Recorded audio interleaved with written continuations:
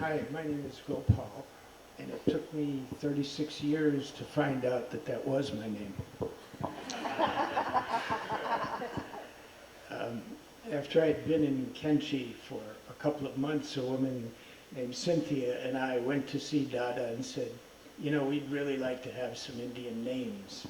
So Dada took us to Maharaj-ji's office, which is a very small room with shutters and bars on the window. And he opened up the shutters and he said yes, and Dada spoke to him in Hindi and explained that we wanted names, and he looked at Cynthia and he said, Shanti, Shanti, Shanti.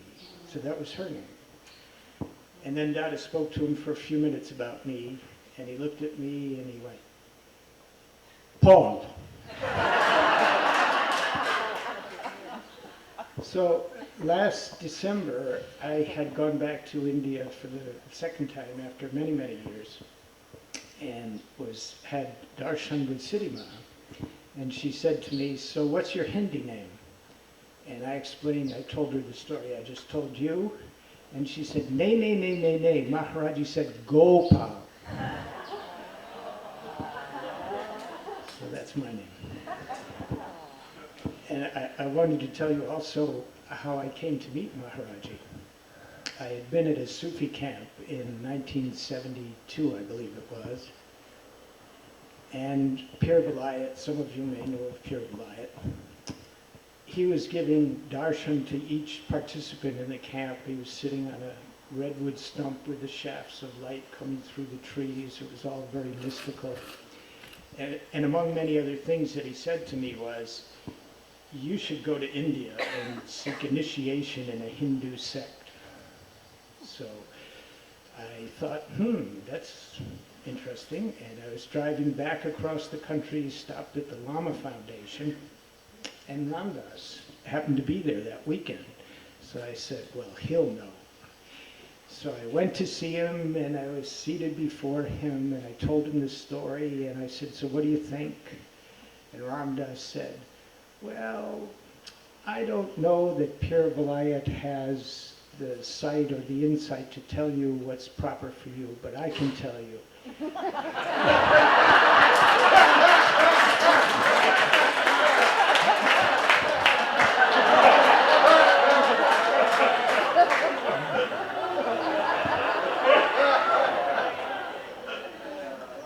He said, you're exactly where you need to be at this moment for the next step.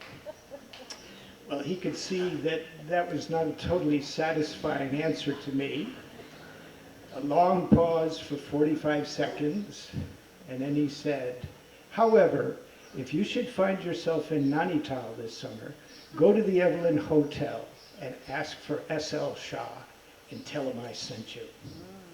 And so that's what I did. I drove across the country, sold my van, got on a plane, went to India, and after a day or two in New Delhi, went up into the mountains, and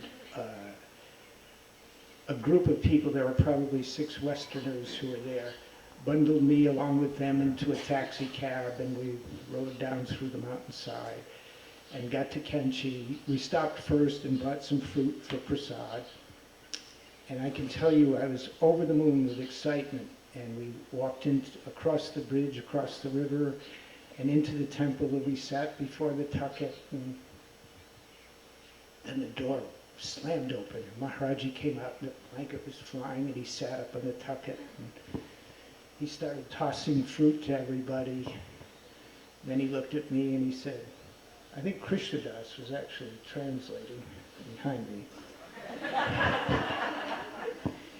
And he said, you came from America?